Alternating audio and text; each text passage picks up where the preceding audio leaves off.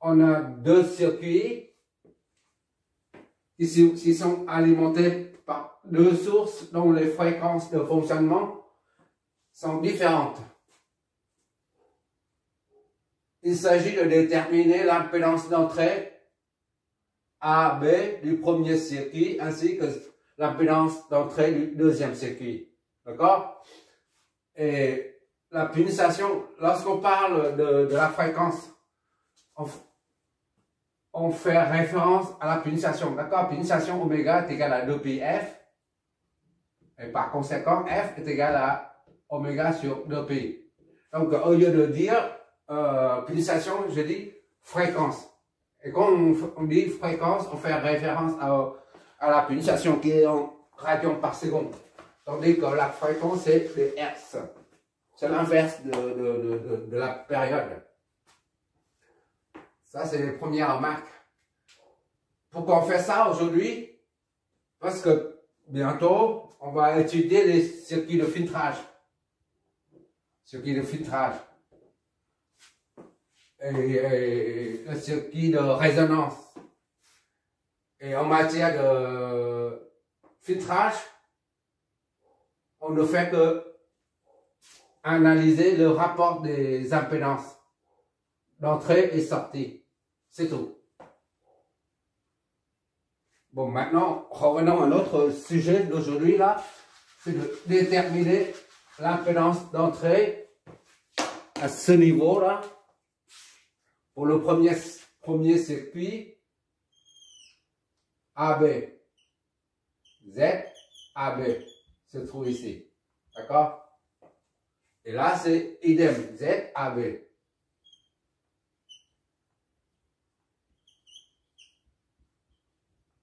Voilà. C'est ça qu'on veut. C'est ça qu'on cherche. C'est-à-dire l'impédance d'entrée, si tu préfères. D'accord? C'est là l'entrée du circuit. On verra que l'impédance dépend de la fréquence. Pour une résistance, il n'y a pas de partie imaginaire. On a déjà dit dans l'exo précédent. Donc l'impédance ZR en nombre complexe, c'est R. C'est la partie réelle seulement. D'accord? Tandis que pour une bobine, l'inductance L, c'est l'impédance L, impédance L, disons, ça s'appelle XL. Et c'est J oméga L. Et pour un condensateur, tout ça, tu revois les premières vidéos, les trois courtes vidéos, les trois premières vidéos concernant les phaseurs, les réactances inductives et capacitives. Là, ça s'appelle, et ça, Z, c'est XC, en nombre complexe. Ça aussi en nombre complexe, mais il n'y a pas de partie imaginaire. D'accord? Pour une résistance, il n'y a que la partie réelle. Et tandis que là, J oméga C ou moins J sur oméga C, c'est idem. Multiplié par J en bas, J en haut. Là, ça dépend de la fréquence. D'accord? Parce qu'il y a la pulsation, là, oméga. Là aussi, ça dépend de la fréquence. Tandis que ça ne dépend pas de la fréquence. Et pour l'inductance, on appelle réactance inductive. Tandis que pour un condensateur, on appelle XC, là, c'est la réactance capacitive. Et l'impédance, c'est un terme général qui englobe un peu tout. Voilà, maintenant, on va déterminer Z au niveau d'entrée. Z in ici et Z in ici. On commence par le premier circuit, d'accord? Je vais effacer l'autre partie. On va effacer ça pour avoir de la place. Idem ici. Bon, voilà. Je vais attaquer directement dessus sans redessiner le circuit, d'accord? on va numéroter déjà AC, ici, premier c'est qui, d'accord? AC, ici c'est D. D'accord? Et là c'est E. Ici A et B. Maintenant on va chercher pour le premier c'est qui? Bon, Z, disons Z, une ZAB est égal à combien? Z in, c'est-à-dire l'impédance d'entrée. Combien? Voilà. Notre objectif, c'est d'obtenir ça. On calcule ça, ça, et puis ça. On commence par Z, AC. D'accord? Un nom complexe. D'accord? AC, ça c'est un condo. Pour un condensateur, on a dit tout à l'heure, XC est égal à 1 sur J oméga C, moins J sur oméga C. Et XL, c'est J oméga L. D'accord? Donc, pour un condensateur, là, on a 1 sur J oméga, ici, là, oméga C. C, c'est C1. D'accord?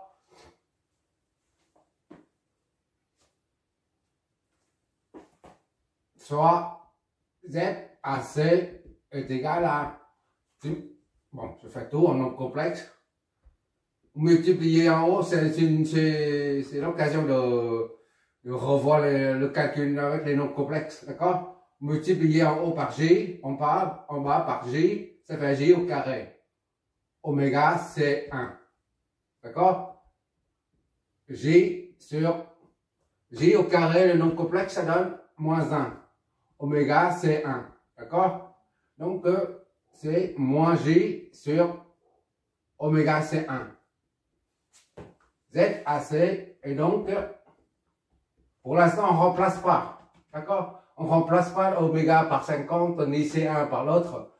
On laisse comme ça. Moins J sur oméga, C1. On peut très bien convertir ça en module et phase.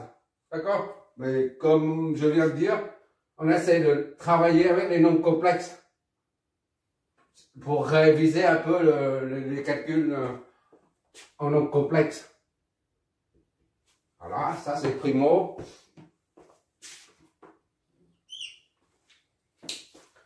Maintenant, on va voir ZACD. Non, CDB.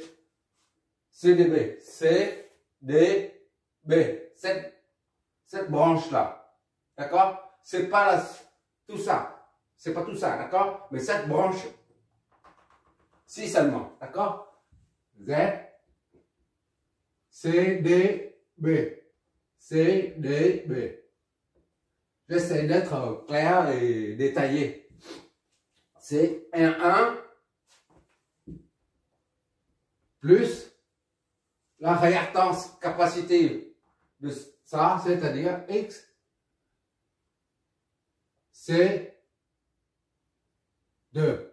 D'accord? X, c'est 2. D'accord? R1 plus X, c'est 2, c'est 1 sur J oméga C2. D'accord?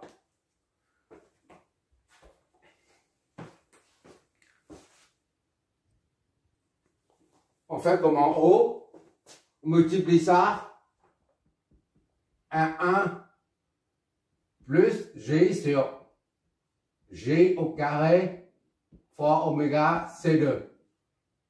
Donc, R1 plus J au carré, ça fait moins. Moins on met en haut, ça fait moins. Moins J sur oméga C2. D'accord? Donc, Z, C, D, B est égal à, CDB est égal à R1 moins J sur oméga C2. C'est notre deuxième.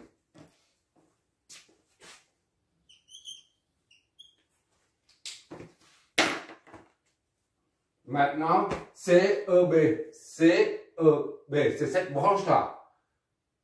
On calcule séparément chaque branche et après on les assemble, on les combine pour avoir l'impédance d'un circuit en parallèle. D'accord? CEB. Z, C, E, B est égal à R2 plus ça. D'accord? R2 plus X, L, 2. D'accord? La réactance inductive de la bobine. Donc R2 plus J oméga N. D'accord? Là, on n'a pas à multiplier quoi que ce soit. On multiplie le J par J, c'est pour éliminer le J pour se débarrasser de J en dessous là. Tu vois là? C'est ça le but.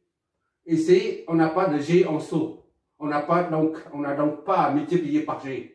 Là, il y a un J en dessous là. C'est difficile à manipuler. C'est la raison pour laquelle j'ai multiplié par J.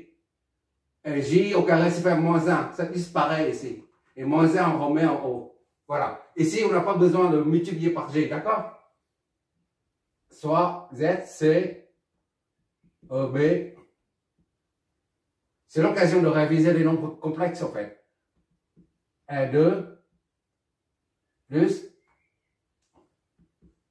G oméga N. Voilà. Les calculs sont sur les nombres complexes, c'est juste remplacer J au carré est égal à moins 1. C'est tout. C'est très simple en fait. Le nombre complexe devrait être appelé nombre simple parce que ça simplifie beaucoup de choses. Et maintenant, on va cette branche là, on met en parallèle avec ça. D'accord? On vient de calculer séparément sa branche. Maintenant, on les assemble. Donc, G, C, B. On saute dans le D, on saute dans le E, d'accord? Z, C, B est égal à Z, C, D, B, C, D, B, en parallèle avec C, E, D. C, E, B, d'accord? E, B. C'est-à-dire, ça c'est égal à produit sur somme.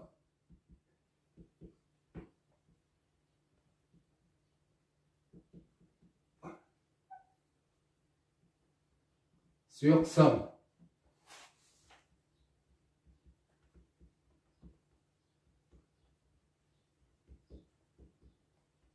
D'accord?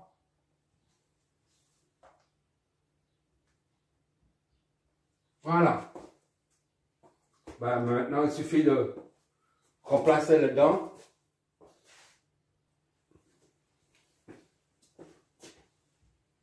Z, C, B. C'est la combinaison en parallèle des deux branches. D'accord? On remplace CDB. CDB, c'est ça. CDB, c'est R1 moins J sur oméga C2, d'accord? Multiplié par CEB, c'est ça. R2 plus J oméga L. Lors de l'étude des filtres, on fait ça tout le temps. Il n'y a que ça à faire dans l'analyse d'un circuit de filtrage. Et en plus de ça, il y a les harmoniques, c'est tout. Mais l'étude d'un filtre se résume au calcul des impédances. De même que le circuit de résonance. La résonance, je ne sais pas quoi là, ici là, lorsque Z est égal à temps. D'accord? Lorsque Z est égal à temps, on a le maxi ici à racine de 2 machin sur bidule, mais on étudie le rapport des impédances. C'est la raison pour laquelle on sera amené à tout le temps à calculer les impédances. C'est pour ça que je préfère aller doucement, et après tu verras que ça devient un mécanisme, ça devient un réflexe. Tu ne feras pas ça en encore complexe. Il y a une méthode pour aller plus vite en fait. Mais pour l'instant, il faut aller doucement, diviser par la somme des deux. Z est 1 moins J sur oméga c'est 2, d'accord? Plus ça, la somme des deux. Plus R2 plus J oméga L. Voilà. Je m'éloigne.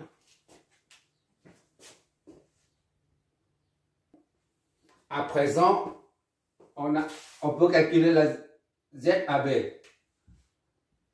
ZAB, Z-in, est égal à ZAB, d'accord, est égal à ZAC plus cette combinaison-là, CB, qu'on vient de calculer là. Donc ZAC, AC plus ZCB. CB. D'accord? Donc Z in ZAB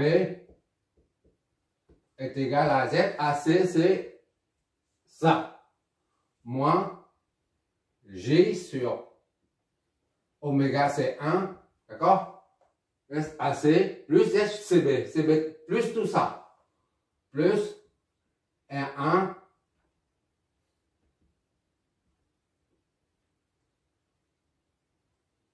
moins J sur oméga C2, d'accord, fois R2 plus J oméga L, d'accord, divisé par tout ça.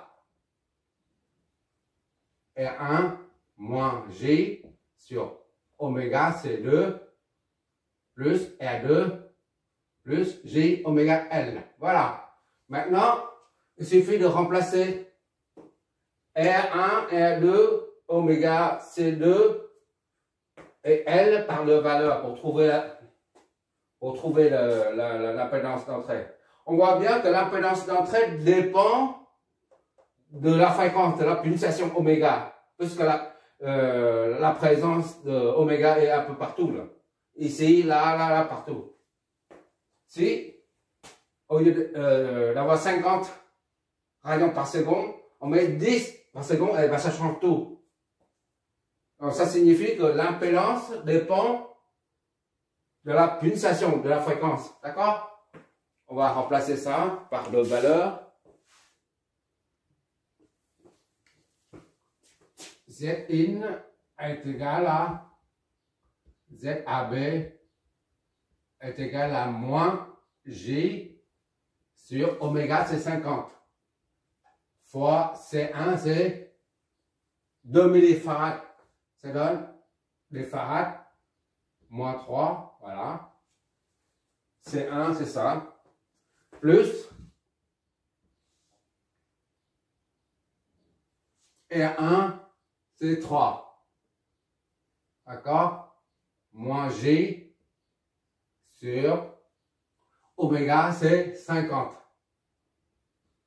Fois C2 c'est 10 millifarads.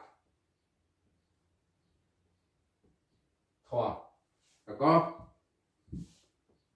Fois R2. R2 c'est 8. Plus J. Oméga c'est 50. Fois L. 0,2. En ré. D'accord? Sur ça, R1. 3 moins J sur 50 fois 10 moins 3, d'accord? Plus tout ça, produit sur somme. 8 plus J fois 50 fois 0,2. Voilà. Qu'est-ce que ça nous donne? Je vois toujours, j'espère. Ok, on voit toujours. On va faire ça avec la calculatrice. Sinon, c'est impensable, hein? C'est trop long. Qu'est-ce que ça nous donne?